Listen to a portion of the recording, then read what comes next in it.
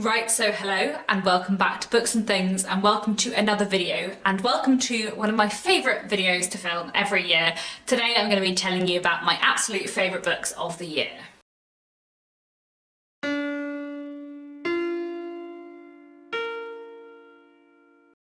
So today I have for you my top 20 books of 2020, my favourite books that I have read this year. This was a very hard list to choose. I read 210 books this year, which is a lot, possibly too many. It's a lot of books.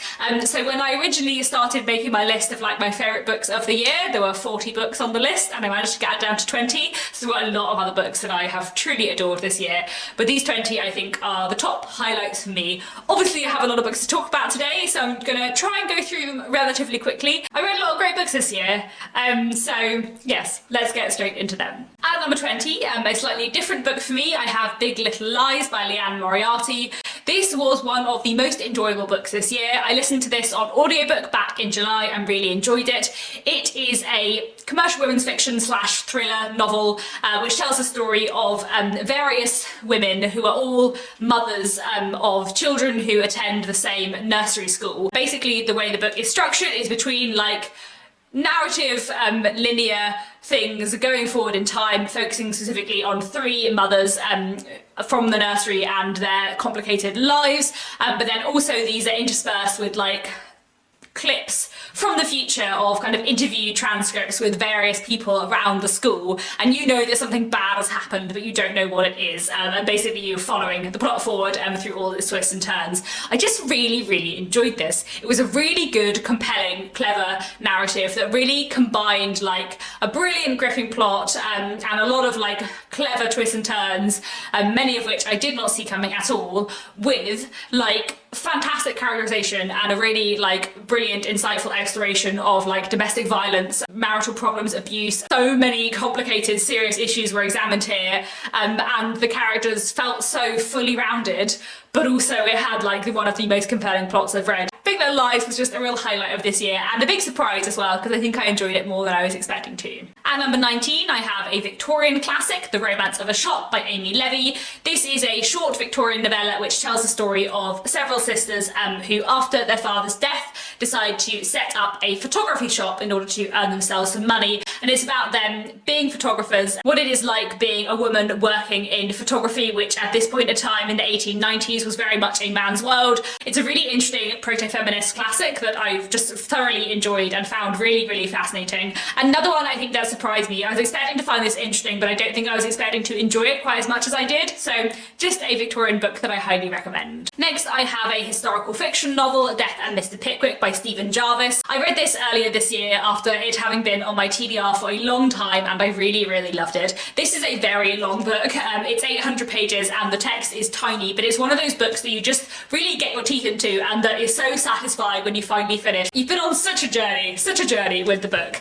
So this is a very interesting book, which basically is a fictionalized account of the origins of Dickens' novel The Pickwick Papers, where in this book it is not Dickens who created the character of Mr Pickwick, but in fact the original illustrator of The Pickwick Papers. And this book is basically an explanation of like his life and who he was, but it's also like really tangential in a very Dickensian way, following like tons of different characters and like tons of different storylines going on, and it's just amazing, and it's thoroughly Dickensian in a really wonderful, witty, clever way, and I just really enjoyed it. It's a great historical fiction book full of imagination and cleverness, and it's one of those very long books that really needs to be the length it is, and it's just great, and I highly recommend it. At number 17, I have another very long book which deserves to be the length that it is, and that is The Count of Monte Cristo by Alexander Dumas. I didn't actually read this edition. This is a abridged edition, but I listened to an unabridged audiobook. It was 50 hours long, and I listened to it over the space of 2 months, so again, a book that I definitely went on a long journey with. The Count of Monte Cristo is a 19th century French classic, and it is a tale of revenge. We follow a young man called Edmond Dante, who at the beginning of the novel is falsely imprisoned for being a Bonapartist spy. And then after all of this happens, several years in the future, a man called the Count of Monte Cristo turns up in French society.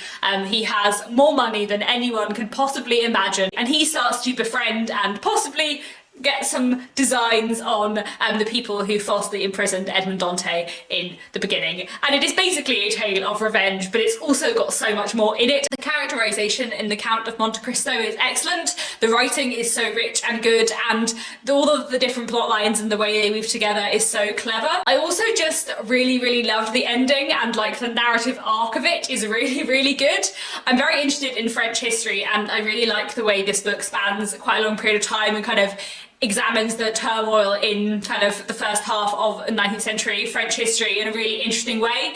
It was just a great read. Highly recommend The Count of Monte Cristo. It's a long one, but it really is worth it. At number 16, a very short book instead, I have Breakfast at Tiffanys by Truman Capote. I just really enjoyed this, and actually I think more than I was expecting. It was not the book I was expecting at all. Breakfast at Tiffanys is a mid-20th century American novella, and it follows the story of an unnamed man who is living in a particular apartment block in New York, and in the flat below him lives a young woman called Holly who is quite a character and is kind of a socialite but doesn't have very much money, but is kind of caught up in lots of problems and kind of complicated relationships, and our narrator and Holly become friends. There are lots of things I love about this book. It is a looking back narrative, which is something I really enjoy, with our narrator kind of looking back on the past. It is also a sort of like what I call an over-the-shoulder narrative. So the book is narrated from the perspective of this man, but actually it's about Holly, but we're seeing it through someone else's eyes, and I really enjoyed that. And the other thing I really liked about this book was just the friendship between the two main characters. I have not seen the film, but I have seen the trailer of the film, and from having seen the trailer of the film, I was expecting Breakfast at Tiffany's to be a love story, a romance, but it is not. This is not a love story. Like, as far as I was concerned, it was a very platonic friendship between them, and I definitely read the main male character as gay, and I didn't think that he was at all interested in Holly in that way. I thought they just had this like really interesting, clever friendship, because both of them don't really feel like they fit into their society, and I just really enjoyed that. And I feel like that is not necessarily everyone's reading of the book, especially from having seen the film, but that's how I read it, and I really enjoyed it. So yeah, highly recommend Breakfast at Tiffany's. Wasn't what I was expecting, but I really loved it. At number 15, I have The Glass Hotel by Emily St. John Mandel. She is one of my absolute favourite authors, and this was a wonderful book. It was good and fantastic and weird and just, yeah, so great. This tells a story of various different characters, all of which are kind of linked together by this pyramid scheme, which is kind of happening in the run-up to the recession. And basically we are following lots of different characters who are linked by this, specifically a brother and sister, Vincent and Paul, and kind of Vincent's complicated relationship with her brother, as well as with a man who she gets romantically involved with, who is involved with the pyramid scheme. And in a way, this is a book about money and the kind of excesses of money, but it's also a book about family, and about like different extremes.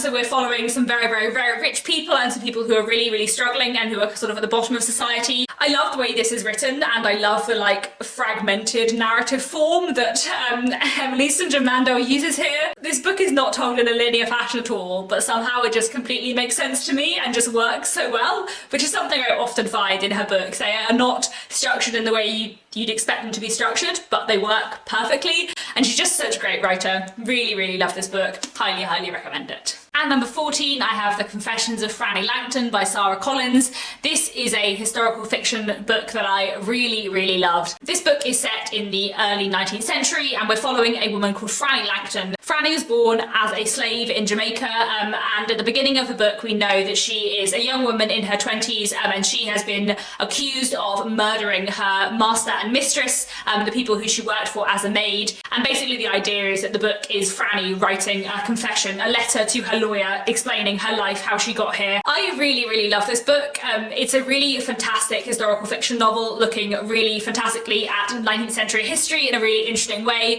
It's also just really beautifully written, and like some of the metaphors and similes in here are beautiful, and I am not usually one for a metaphor or a simile. Usually lyrical language is not my thing, but here it's just done so well. I also listened to this on audiobook. The audiobook is narrated by Sarah Collins herself, who does a great job and I think really brings the writing to life in the audiobook too. I also really love how this book looks at sexuality and race and gender and all of the different ways in which society is kind of stacked against Franny, and how that affects her life. That was so powerful and really well explored in this book.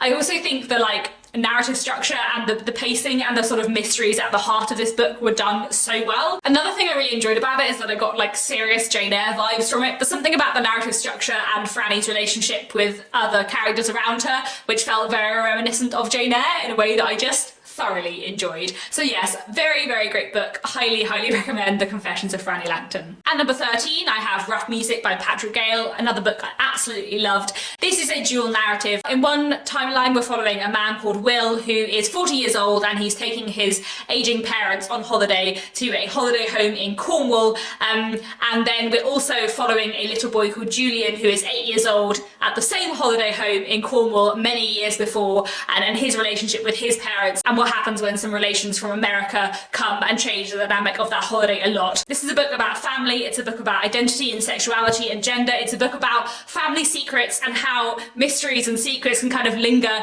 in families for a very, very long time.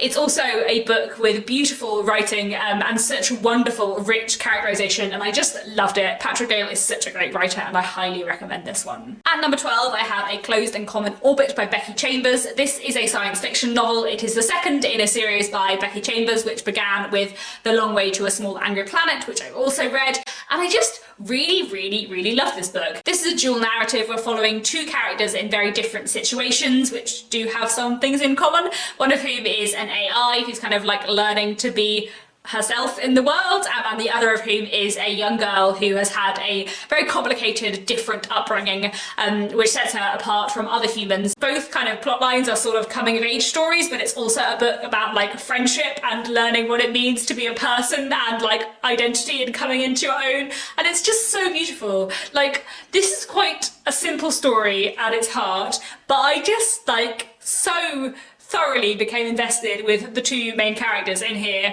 to the point that like this book just made me cry so much because it was so beautiful and heartfelt and just a really lovely book about like what it means to be a person. And yeah, just great. Highly recommend this one. At number 11, I have The Five by Hallie Rubenhold, which is a non-fiction book about the 5 women who were the victims of Jack the Ripper. But it's not really looking at them as victims of Jack the Ripper, it's more just looking at their lives and kind of filling in the blanks that are never talked about, focusing on them as people, as women, their very complicated lives.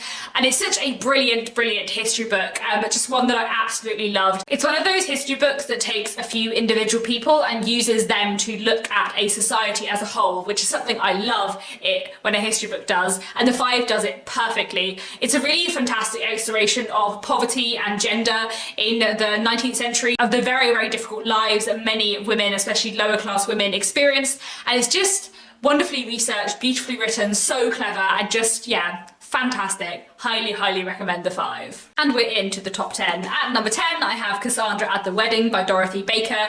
This is a modern classic. This is a American classic from the 1960s, and we're following a woman called Cassandra and her relationship with her twin sister Judith. Cassandra is going home to go to Judith's wedding, but Cassandra is struggling with the idea that Judith might be getting married and living a life separate to her and different from the one she wants. And we're basically looking at the relationship between these two sisters and Cassandra's kind of very complicated mental state. It is a wonderful book. The writing in here is so rich, the atmosphere is so great, and the relationship between the two sisters and the like psychological complexity of all the characters in here is just great. I really loved it. It's so powerful and beautiful, and I just highly recommend it. At number 9, I have Frog Music by Emma Donoghue. This is another wonderful historical fiction novel. It is set in San Francisco in the 1870s. We're mostly following a woman called Blanche, who is a dancer and performer and also a courtesan, and her relationship with people around her, including her lover, who she lives with, a man who also lives with them, who she has a very complicated relationship with, her young son, and also an eccentric woman called Jenny, who kind of becomes a friend of Blanche from the beginning, and this kind of changes things forever. We know at the beginning of the book that there has been a murder, but we don't really know what's happened, and then we kind of flick backwards and forwards in time in order to discover exactly what's happened and what is going to happen next. It is so powerful and so clever, and I just loved it. I really love Emma Donoghue's historical fiction. The way she conjures up 1870s San Francisco with all of the kind of melting pot of cultures that it has, with all of the like sights and sounds and smells and the like constant fear of smallpox. Like everything in this book feels so real and so clever. I love the way she explores gender roles and kind of the complexities of like toxic masculinity in the 19th century. I love the way she looks at the friendship between Blanche and Jenny and all the complications of that. I love the very, very gripping plot in this. I love the way it explores music in such a beautiful way, and it's just so great. It's so great. Highly, highly recommend this. Emma Donoghue is an amazing writer. At number 8, I have The Awakening by Kate Chopin. This is an American classic from 1899, and this is a wonderful, like, proto-feminist, feminist classic. This tells the story of a woman who lives a very conventional middle-class life. She is married, she has young children, and she has kind of been living in a daydream, really. She has been going through the motions of her life without ever really feeling invested and involved in it. And basically our main character becomes emotionally entangled with a man who is not her husband, but it is not so much about that as what that makes her realise about her life and about herself. And basically this book follows her emotional awakening, her realising that the life she has might not be the life she wants. In many ways it reminds me of Ibsen's play A Doll's House, and that kind of like wonderful exploration of the position of women in late 19th century society and the kind of breaking down of all the barriers and constraints which hold women in the places that they were expected to be in. But it also reminded me of what I wanted Madame Bovary to be. I read Madame Bovary by Gustave Flaubert at the beginning of the year and was so disappointed by it.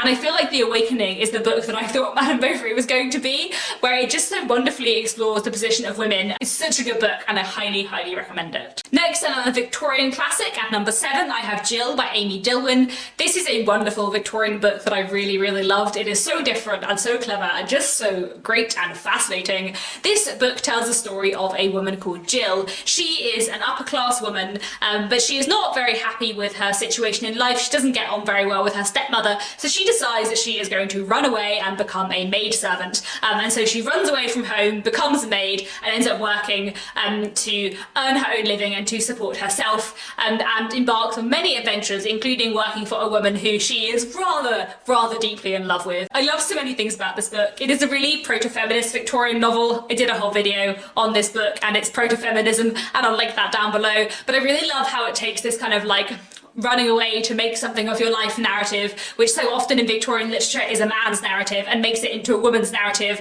I love how so much of Jill's like narrative arc is driven by money, not by love and romance. I love the LGBTQ plus themes in here, which are not just undertones, they're like pretty near the surface. I don't know how you could read this book in any other way. And I love how Jill is like such an unusual Victorian heroine. She is breaking down all of the things that a Victorian woman is supposed to be. She is scheming, she is a liar, she is cunning, she cares much more about money than people, she has no interest whatsoever in men and marriage, she is rude, she is calculating, she is clever, she's just all of the things the Victorian woman is not supposed to be, and it's awesome. Highly, highly recommend Jill. What a brilliant, underrated Victorian classic. At number 6, another brilliant classic, I have Passing by Nella Larsen. This is an American classic from the 1920s and it's considered to be one of the important books of the Harlem Renaissance. Passing follows the relationship between two friends, both of whom are African American women and both of whom are fairly pale skinned, meaning that both of them are relatively able to pass as white.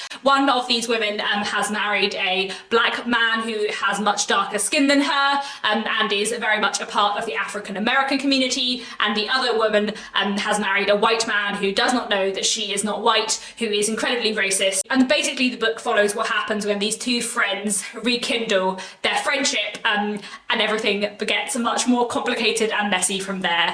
I loved so much about this book. It is short, but my goodness does it pack a punch. The ending of this book is incredible and just was not what I was expecting, and I feel like the whole narrative arc of this was just not what I was expecting, and I do not know how Nella Larsen managed to pack quite so much plot, quite so much social commentary, and quite so much amazing characterization into this tiny book. It is so good and so powerful and just fantastic, and just absolutely the kind of book that I love. Obviously you will have gathered from what I have mentioned so far that this is a book that explores race and racism very much, but it's also a book that massively explores gender and the kind of complicated position that women were in the 1920s. In many ways it reminded me quite a lot of The Awakening. I think they have quite a lot in common. It's just such a fantastic book. I highly, highly recommend this one. What a novel. At number 5, I have another Victorian book, and that is Hester by Margaret Oliphant. This is another rather proto-feminist Victorian book that I very much enjoyed. This tells a story of a woman called Hester. She is a young woman, and at the beginning of the book, her and her mother moved to a new town. They've moved to this town because they don't have very much money and they have some relations here. And the main relation they have here is a woman called Catherine. Catherine runs a bank, which is quite an unusual thing for a woman to do in the Victorian period. But she has run this bank for a long time. She is planning on leaving it to her nephews to take on the business. She has two nephews who are working in the bank for her, both of whom might potentially have some bit of love interest in Hester. But more than being about Hester's romantic possibilities, the book is really about Hester's relationship with Catherine, and the dislike these women feel towards each other, but perhaps they dislike each other because they are a bit more similar to each other than they want to admit. There are so many things that I love about this book. I think it has a wonderful plot and didn't go in the way I was expecting it to go. The ending is fantastic, and the more I think about it, the more clever and interesting I think it is. I love the relationship between Hester and Catherine, and I think it's so wonderfully developed, and I love Hester as a character and the massive sense of frustration that she feels and not being able to do anything. So often in this book, Hester says, I want to have a profession, I want to do something with my life. Why am I not allowed as a woman to do something with my life, to make more of my life? And it's just so great, and it's just so great. Yeah, what a book, I love it. Margaret Oliphant is great. This is my favourite thing I've read by her. Highly, highly recommend it. At number 4, I have Homegoing by Yar Jassy. This is a novel told in the form of interconnected short stories which travels through time, through Ghanaian and African American history. The two first stories in the book follow two half-sisters who were both born in the 18th century in what later became Ghana, one of whom marries a slave trader and the other one is sold into slavery, and we follow their descendants in various short stories throughout the whole book. There is so much that I loved about Homegoing. I felt like each story was so perfect and individual and so wonderfully captured so many fascinating themes. The way this book looks at race and gender and family and heritage and history and nationality and like so many amazing, powerful things was just wonderful. Each story was fantastic, but as a whole this made such a wonderful story and explored history in such a fantastic way. It had all the really good aspects of a historical novel that I love, but it was also this wonderful collection of these stories which sat on their own so well too, and which were beautiful and poignant and clever in their own right as well. And I just absolutely loved it. Highly, highly recommend Homegoing. It was a fantastic book. At number 3, I have The Colour Purple by Alice Walker, which is a truly, truly amazing book, and I'm so glad that I finally read this. I listened to this on audiobook, but I got myself a physical copy because I just wanted to own it because it was so, so good. The Colour Purple was written in the 1980s, but it is set mostly in the first half of the 20th century, and we're following Celie, a young African-American woman, her relationship with the people around her, and her kind of coming-of-age story, her coming into herself and her coming to accept herself and know what she wants from life. We know from the very beginning of the book that Celie has had a very difficult childhood where she was sexually abused by her father. Her and her sister are separated, and she, very young, is married to a man that she does not love. But through the course of the novel, Celie ends up finding a place for herself in the world. She ends up finding out what she wants from life. She ends up developing more complicated and caring relationships with the people around her. She ends up realising that she is attracted to women, not men. She ends up realising that she wants to do something different with her life. And basically what I loved about this book is that it is a book about someone who goes from being in an awful situation and not believing that they are worthy of and deserving of happiness to claiming happiness and demanding happiness from the world in like the most amazing, beautiful way. Another thing that I love about this book is that the character development in this is just incredible, and not just from Celie but from every single character around her. The way they develop and change over the course of the novel is just amazing. It's like, this isn't even a very long book, but the way that some of these characters change feels so thoroughly believable and so wonderful. It's just so good. I just love it so much. At number 2, I have Miss Austen by Jill Hornby, which is another novel that I of course absolutely loved. This book is a fictionalised account of a real historical person, but it is not telling the story of the life of Jane Austen, but of Jane Austen's elder sister Cassandra. And basically in this book we are seeing Cassandra in the kind of present day of the narrative, which is in the 1840s. She's gone to stay with a family friend after the death of that family friend's father, and in this house she finds several letters of her sister Jane's, which she decides to collect and destroy. But also, as she reads these letters, she is looking back on her younger life and her relationship with her sister Jane.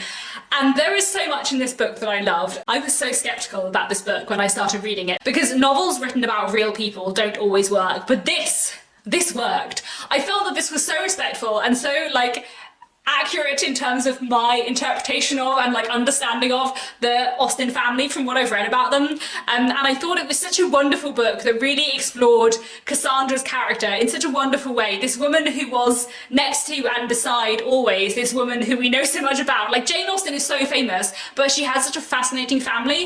And I think the way this book looks at Cassandra as like so important in Jane's life, but always remembered by our society now in like relation to Jane, and this book just like gives her own story. I loved how this book was about a woman whose life on the surface looked insignificant, especially in comparison to her sister Jane's, but actually who like touched so many different people's lives and like had a really rich interior life of her own. Even though when you look at her life on paper she seems so much less interesting than Jane Austen, actually like Cassandra was a really fascinating person in her own right, and I just love the way this book looked at that and looked at like the importance of unimportant people in just such a wonderful way. And it was beautiful and I loved it, and it was rich and it was powerful, and the way this book looks at grief is amazing. And I could talk about this book for a very long time, but I'm not going to, because I have one more book to talk about. So yeah, this book was truly fantastic. But top of the list, my favourite book of the year is And the Mountains Echoed by Tiffanys. This, a little bit like Homegoing actually, is a novel told in the form of interconnected short stories. There are several stories in this book, all of which are kind of linked to each other through various different characters, and it moves about in time and in place quite a lot. Several of the stories are set in Afghanistan, and those that are not have some link to Afghanistan and follow characters who have moved from Afghanistan to the US or France or elsewhere. And basically this book looks at the lives of various different people who are all sort of linked together by this particular family. So they're not all members of this particular family, but they're kind of linked together by the members of this particular family. In the first two stories, we learn that two siblings have been separated, and many of the stories kind of stem from that. There are two stories in here, especially the fourth story and the eighth story, which I really loved and which just really, really moved me. But the book as a whole is so rich and wonderful. I love the way it cleverly and powerfully explores the complicated history of 20th century Afghanistan. I love the way it looks at family and love and the complexities of personal relationships. I love the way that several of the stories in here start off and you think they're about one thing, and then there's like a moment halfway through the story, or like 3/4 of the way through the story, where you realise actually they're about something else. I love that in a story. I love that in a story so much, and there's a lot of that in here. And I just love how all of these different stories weave together in the most amazing, beautiful way. I think one of the reasons why I love this book so much is that I was not expecting to enjoy it as much as I did. This is a book that has been on my physical TBR for a really long time. I bought this book 6 years ago, I think, and I did not read it until this year. This was one of the books that have been on my TBR for a really long time, and I just thought I need to finally get to so that it's no longer on my TBR. I listened to it on audiobook because I wasn't super enthusiastic about picking up the book. And for the first like few stories or chapters of the audiobook, I just wasn't really that into it. And then we got to one story and suddenly, I don't know what happened, something just changed halfway through that story when I got to one of those turning points when what you thought the story was about, it wasn't actually about, and I just started crying because it was so beautiful and so emotional, and I was just like so impressed. And then from that point onwards, I just completely fell in love with this book and I loved it so much. And that is why I do not DNF books, people, because sometimes you can read the first few chapters of a book and be like, I'm not that excited about this book, and then it goes on to become your favourite book of the year. This was so good, and it was so powerful and so rich and so amazing and so beautiful, and I love it all the more for the fact that it surprised me, and I just highly, highly recommend it. As I already mentioned, I do think this book has a lot in common with Homegoing in the way that it is a sort of novel told in the form of interconnected short stories, and that it looks at like a country's history in a really interesting way. So if you liked Homegoing, which I hear talked about a lot more than this, then I think you'd really like And the Mountains Echoed too. And it was so great, and it was so great. So good, guys. Just highly, highly, highly recommend this one. Takes a little bit of time to get going, but when it does, it's just truly incredible. Right, those are all my favourite books of 2020, many wonderful books. I'm sure I've been talking for an absolute age, so thank you very much for watching. I hope you managed to get to the end of this video. Please let me know down in the comments what was your favourite book of the year. And that's it for now. Thanks very much for watching, and I'll be back very soon with another bookish video.